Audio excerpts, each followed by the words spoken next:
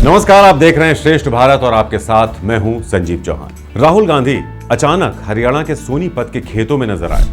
वो शनिवार सुबह करीब 7 बजे सोनीपत के किसान संजय के खेत में पहुंच गए और फिर वहां पर उन्होंने किसानों से बात की और उनके साथ धान की रोपाई भी की। पहले तो राहुल जूते पहने हुए दिखे, लेकिन बाद में उन्होंने वो भी उतार दिए, पैंट घुटनों तक चढ़ा ली और पानी से भरे खेत में उतर गए जहां पर किसान धान की रोपाई कर रहे थे। तो राहुल को देखकर पहले तो वहां के किसान हैरान भी हुए, लेकिन फिर सहजता से वो उनके साथ बातचीत करने लगे। इस दौरान राहुल ने लोगों को बिठाकर ट्रैक्टर भी चलाया।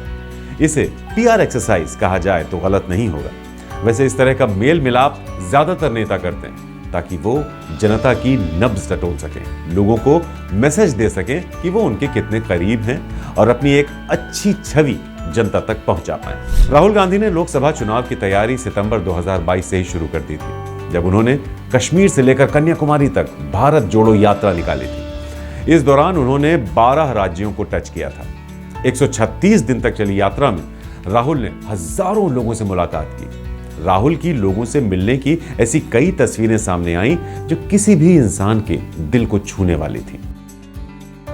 एक भाषण के दौरान बारिश हो रही थी और राहुल बारिश में खड़े होकर अपना भाषण दे रहे थे। पूरी यात्रा को बेहद सादा रखा गया और आम लोगों को राहुल के नजदीक तक आने दिया गया। सही मायने में भारत जोड़ो यात्रा से ही राहुल ने लोगों की नब्ज पकड़नी शुरू की है। इसके बाद तो अक्सर राहुल लोगों के बीच दिख जाते हैं, कभी किसी मैकेनिक की दुकान पर तो कभी ट्रक चलाते नजर आते हैं। दिल्ली यूनिवर्सिटी में राहुल स्टूडेंट्स के साथ भी नजर आए।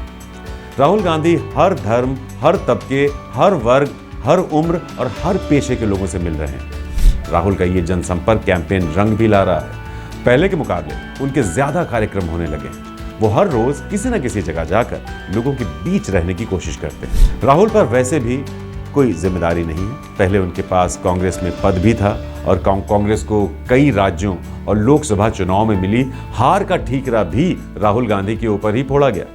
अब ऐसे में राहुल ने संगठन का पद छोड़ा और स्वतंत्र रूप से काम करना शुरू किया।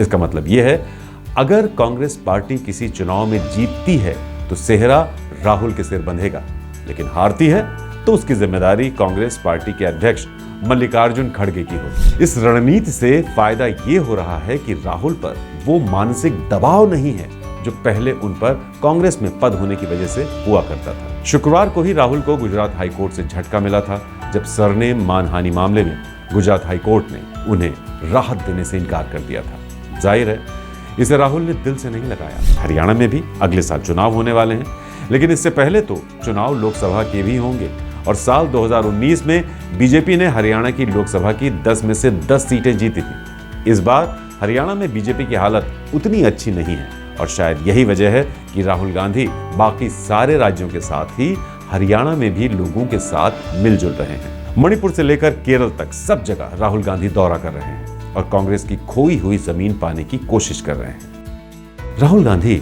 महंगाई को लेकर सरकार को घेरते रहते हैं। वो भ्रष्टाचार का मुद्दा भी उठाते हैं, लेकिन जो मुद्दा सबसे ज्यादा लोगों को टच करता है वो महंगाई का ही है। भ्रष्टाचार सीधे लोगों को प्रभावित नहीं करता, लेकिन देश में हो रही महंगाई लोगों को सीधा प्रभावित करती है। राहुल गांधी लोगों के बीच जाकर उनसे जुड़े मुद्दों पर बातें करते हैं। दिल्ली में एक मैकेनिक की शॉप में गए राहुल गांधी ने वहां काम कर रहे मैकेनिक से रोजमर्रा के काम में आ रही उनकी परेशानियों के बारे में पूछा।